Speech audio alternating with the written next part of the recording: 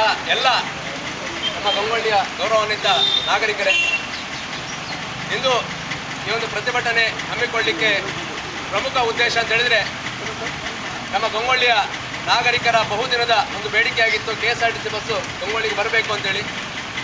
ಹಾಗೆ ಇದಕ್ಕೆ ಸ್ಪಂದಿಸಿದಂತಹ ಸರ್ಕಾರ ಹಾಗೂ KSRTC ಇಲಾಖೆ ಅಧಿಕಾರಿಗಳು ಗಂಗೊಳ್ಳಿಗೆ 4 ಬಸ್ಸಿಗಾಗಿ ಅರ್ಜಿಯನ್ನು ಸಲ್ಲಿಸಿದರು.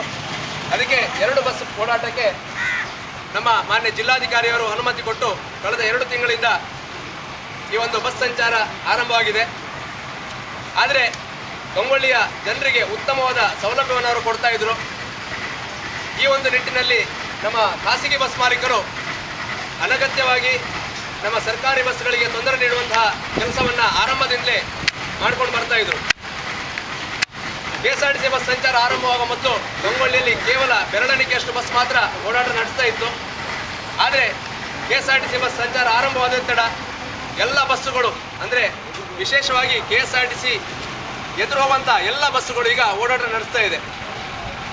ಆದರೆ ಕೆಲವೊಂದು ಟ್ರಿಪ್ಗಳಿಗೆ KSRTC ಬಸ್ಗಳಿಗೆ ಉತ್ತಮವಾದ ಆದಾಯವನ್ನು ಬರ್ತಾ ಇತ್ತು. ಈ ಆದಾಯವನ್ನು ಕಡಿಮೆ ಮಾಡಬೇಕು ಅನ್ನೋ ಒಂದು ದುರುದ್ದೇಶ ನಮ್ಮ ಖಾಸಗಿ ಬಸ್ ಮಾಲೀಕರಲ್ಲಿತ್ತು.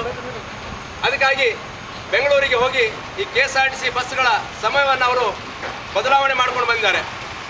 ವಿಶೇಷ ಅಂತ ಹೇಳಿದರೆ, ಖಾಸಗಿ ಬಸ್ನವರಿಗೆ ಅವರ ಓಡಾಟಕ್ಕೆ 5-10 ನಿಮಿಷದ ಅಂತರ ಕೊಡ್ತಾರೆ. ಆದರೆ KSRTC ಬಸ್ನವರಿಗೆ ಖಾಸಗಿ ಬಸ್ ಹೋಗಿ 1 ನಿಮಿಷದ ನಂತರ ಟೈಮ್ ಕೊಟ್ಟಿದ್ದಾರೆ. ಇದು ನಮ್ಮ ಅಧಿಕಾರಿಗಳು ಮಾಡಿದಂತಹ ದೊಡ್ಡ ಅನ್ಯಾಯ ಅಂತೇಳಿ ನಾವು ಹೇಳಿಸ್ತಾ ಇದ್ದೇವೆ. ಹಾಗೆ ನಮ್ಮ ಜನರಿಗೆ ಇನ್ನೂ ಉತ್ತಮ ಸೌಲಭ್ಯ ಸಿಗಬೇಕು ಅಂತೇಳಿ ನಮ್ಮ KSRTCಯಿಂದ 2 ಅರ್ಜಿಗಳು ಇನ್ನೂ ಕೂಡ ಬಾಕಿ ಇದೆ. ಆ 2 ಅರ್ಜಿಗಳು ಕೂಡ ಮಾಡಿ ತೀರ್ಮಾನ ಆಗಿ ನಮ್ಮ ಗಂಗೊಳ್ಳಿಗೆ ಮತ್ತೆ ಪುನಃ 2 ಬಸ್ಸುಗಳು ಬರಬೇಕು ಅಂತ ಹೇಳೋದು ಕೂಡ ನಮ್ಮ ಬೇಡಿಕೆ ಇದೆ. ಹಾಗೆ ಈ ಖಾಸಗಿ ಬಸ್ ಮಾಲೀಕರು, ವಿಶೇಷವಾಗಿ ಗಂಗೊಳ್ಳಿಯಲ್ಲಿ ಓಡಾಟ ನಡೆಸುವಂತಹ 2 ಬಸ್ ಮಾಲೀಕರು ಪರವಾನಗಿ ಇಲ್ಲದೆ ಬಸ್ಸನ್ನು ಓಡಾಟ ನಡೆಸ್ತಾ ಇದ್ದಾರೆ. ಅನೇಕ ಬಸ್ಸುಗಳು ಪರವಾನಗಿ ಇಲ್ಲದೆ ಓಡಾಟ ನಡೆಸ್ತಾ ಇದೆ. ಆದರೆ ಇತ್ತೀಚಿನ ದಿನಗಳಲ್ಲಿ ಈ KSRTC ಬಸ್ಸನ್ನು ಇಲ್ಲಿಂದ ಓಡಿಸಬೇಕು ಅಂತ ಹೇಳುವ ಉದ್ದೇಶದಿಂದ ಸ್ಥಳೀಯವಾಗಿ ಹೋರಾಟ ನಡೆಸುವಂತಹ ನಮ್ಮ ಕೆಲವು ಕಾರ್ಯಕರ್ತರಿಗೆ ಇಲ್ಲಿನ ಬಸ್ ಏಜೆಂಟರು ಮತ್ತು ಮಾಲೀಕರು ಧಮಕಿ ಹಾಕಿದಂಥ ಪ್ರಕರಣ ಕೂಡ ನಡೆದಿದೆ. ಆದರೆ ಈ ವಿಷಯ ಕೆಲವರಿಗೆ ಮಾತ್ರ ಇಲ್ಲಿ ಗೊತ್ತಿದೆ. ಆದರೆ ಇದನ್ನೆಲ್ಲ ನಾವು ಖಂಡಿಸಬೇಕು.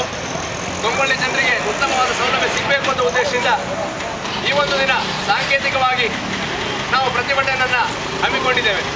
ಇದೆಲ್ಲರಿಗೂ ತಾವು ಹೆಚ್ಚಿನ ಸಂಖ್ಯೆಯಲ್ಲಿ ನಮಗೆ ಬೆಂಬಲ ಕೊಡಬೇಕು ಅಂತೇಳಿ ನಾನು ವಿನಂತಿಸ್ಕೊಳ್ತಾ, ನಮ್ಮ ಮಾನ್ಯ ಸದಾನಂದ ಶೆಣೆಯವರು 2 ಮಾತುಗಳನ್ನು ಆಡಬೇಕು ಅಂತೇಳಿ ಕೇಳ್ಕೊಳ್ತೇನೆ.